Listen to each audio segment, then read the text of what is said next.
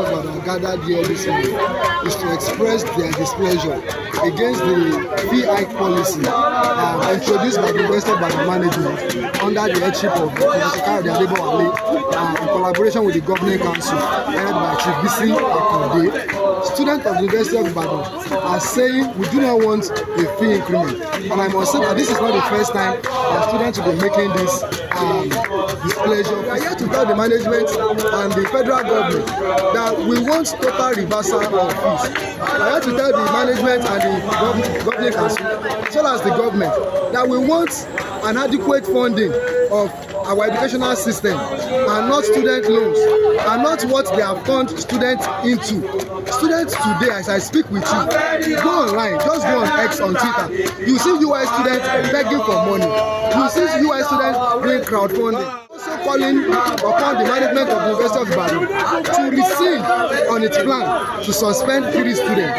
Adu Ayodele, which is myself, Nice Linus, Olamide Gbadegesin, who protested peacefully on Monday, May 13, 2024. The university management, through the security unit, handed these 3 students to the Nigerian Army.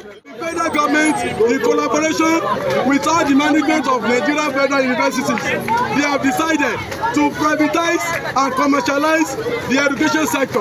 But we, the citizens of this country, we have decided that we are not going to accept it. Our fees have been increased to the extent that we cannot afford.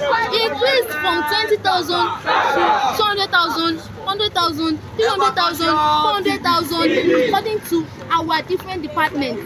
And we all know that in Nigeria, when you pick up JAMB, they would advise you to pick a federal university simply because of the cost.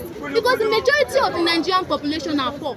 Many of us do not go to the private universities. Many of us do not go to state universities. We rather, the bulk of us rather choose to apply to federal universities. That's why UI will be struggling to pick 4,000 out of 60,000 JAMBites, best brains in all of their different schools. We're coming down to UI.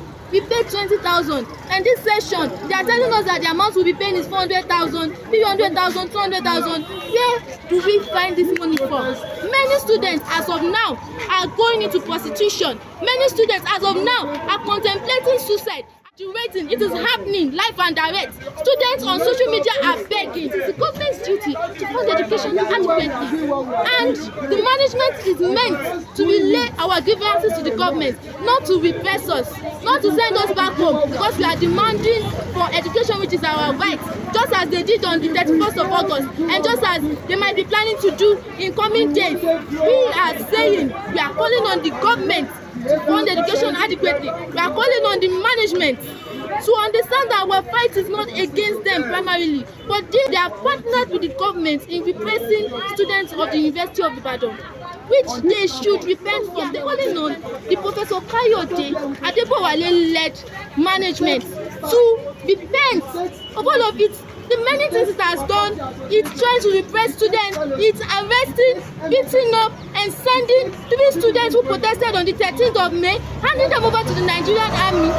Repent of those acts and every other act it has done. Along, we are calling on students, we are calling on parents, we are calling on staff unions, we are calling on well-meaning members of society. We want to tell us, we want us to know that this fight, the fight for public education, is not a fight for students alone. It's a fight for everybody, because education is at the center of national development. If something goes wrong with students of the University of Ibadan, the whole of Nigeria will feel it. If something goes wrong with students of Nigeria, if something goes wrong with public education, as things have been going wrong, if we continue and allow commercialization of education to have its full course, then something would really be wrong with this country.